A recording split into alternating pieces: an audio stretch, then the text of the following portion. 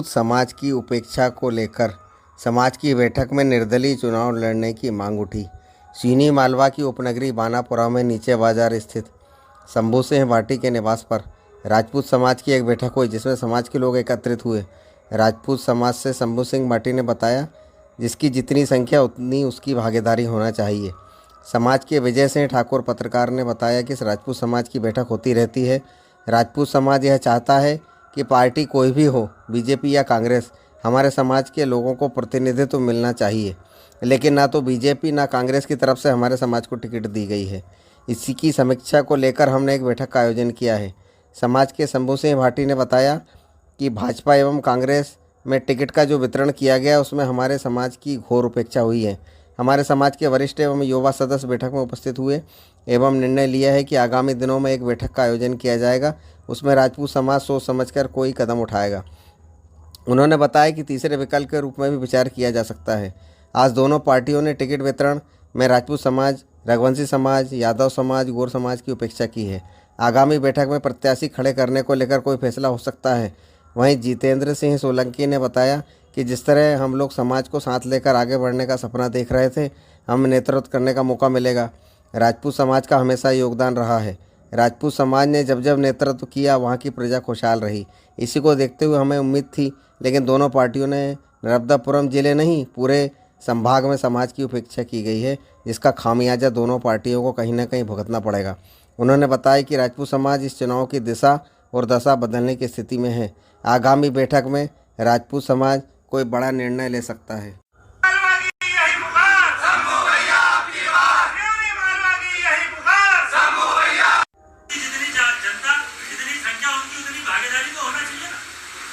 आपने किसी 5 लोगों को वोट दे दिया है, 10 लोगों को दे दिया, 2,40,000 मतदाता है अपनी विधानसभा के अंदर।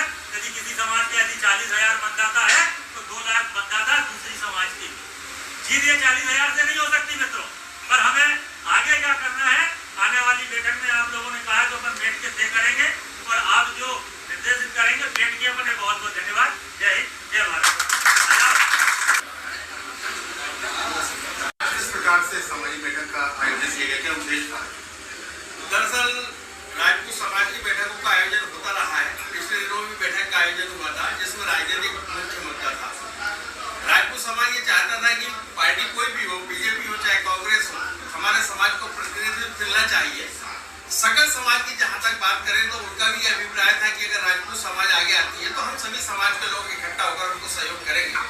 किंतु सीट बंटवारे में देखा गया है कि ना तो बीजेपी की तरफ से हमें टिकट दी गई है और ना ही कांग्रेस की तरफ से टिकट दी गई है। इसी समीक्षा को लेकर हमने एक बैठक का आयोजन किया था। इसलिए आज राजपूत समाज की बैठक हमने आयोजित की थी और उसमें हमारे समाज के दोनों जो प्रतिनिधि हैं ये भी उपस्थित हैं और इसमें जो निर्णय लिए गए हैं अभी और आने वाले समय में परसों के दिन बैठक है उसमें मूलभूत निर्णय लिए गए।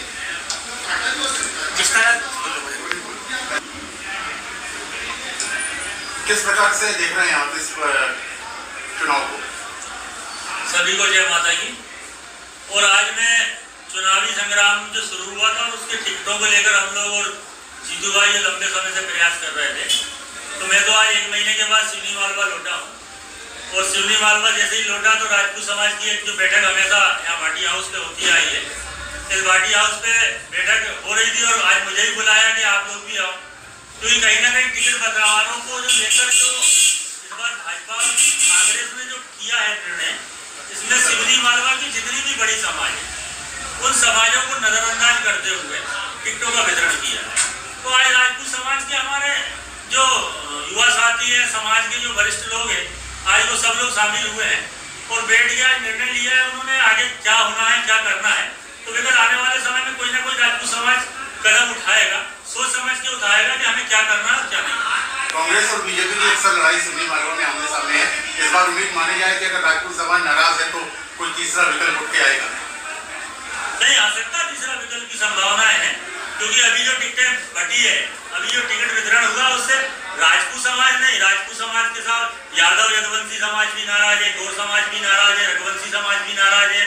जो दोनों पार्टियां हरिजन आदिवासियों की बात करती है उनको आज तक टिकट नहीं दिया, उनको कब देगी वो भी नाराज है। तो देखा जाए तो पहले किसी जमाने में लोकतंत्र में राजा रानी के पेट से पैदा हुआ करता था, आज प्रजातंत्र में मतदाता की पेटी से पैदा होता है। तो जिनकी जितनी संख्या उसकी उतनी भागीदारी को नहीं निभाते हुए पार्टियों ने निर्णय तो गलत लिया है। अब जनता के बीच में जाना पड़ेगा और जनता आप जानती है, जनता होशियार है कि जनता किसका साथ देती है और किसका साथ नहीं देती। फैसला कब तक कर लेगा? कल आज बैठक हुई है 1-2 रोज में, क्योंकि 30 तारीख तक नामांकन का आखिरी समय, इससे पहले ही फैसला किया जाएगा। समाज में किस प्रकार का रोष देखना है टिकट वितरण के बाद? देखिए, जिस तरह शंभू भाई और हम लोग लगातार समाज के लोगों के साथ आगे बढ़ने का सपना देख रहे थे, समाज भी सपना देख रही थी कि एक बेहतरीन नेतृत्व हमको मिलेगा जो समाज को ही नहीं, जो दूसरी समाजें हैं, जैसा कि राजपूत का हमेशा इतिहास रहा है कि वो जब जब रहा है और जहाँ जहाँ रहा है, नेतृत्व किया है, वहाँ की प्रजा खुशहाल रही है। तो इसी चीज को देखते हुए हम लोगों ने निर्णय लिया था कि चाहे कांग्रेस से हो चाहे भाजपा से हो, लेकिन राजपूत समाज का प्रतिनिधित्व हो। लेकिन आपने देखा होगा जिस तरीके से टिकट वितरण हुआ, उसमें राजपूत समाज को पूरे जिले में ही नहीं पूरे संभाग में नजरअंदाज किया गया है, जिसका मैं ये बोलना चाहूंगा कि खामियाजा दोनों पार्टियों को कहीं ना कहीं भुगतना तो पड़ेगा।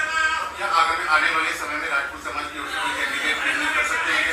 सिद्धि मालवा से जी, अभी मैं आपको इस चीज के लिए आश्वस्त करता हूं कि राजपूत समाज आज इस चुनाव की दिशा और दशा बदलने की स्थिति में है। तो निश्चित ही आज एक बैठक जरूर राजपूत समाज के बंधुओं ने, जो हमारे साथी हैं, उनके द्वारा बुलाई गई, जिसमें हम उपस्थित हुए और आज कुछ निर्णय लिए गए हैं और आगामी जो बैठक होगी उसमें निर्णय लिए जाएंगे और निश्चित ही कोई बड़ा कदम राजपूत समाज उठाएगा।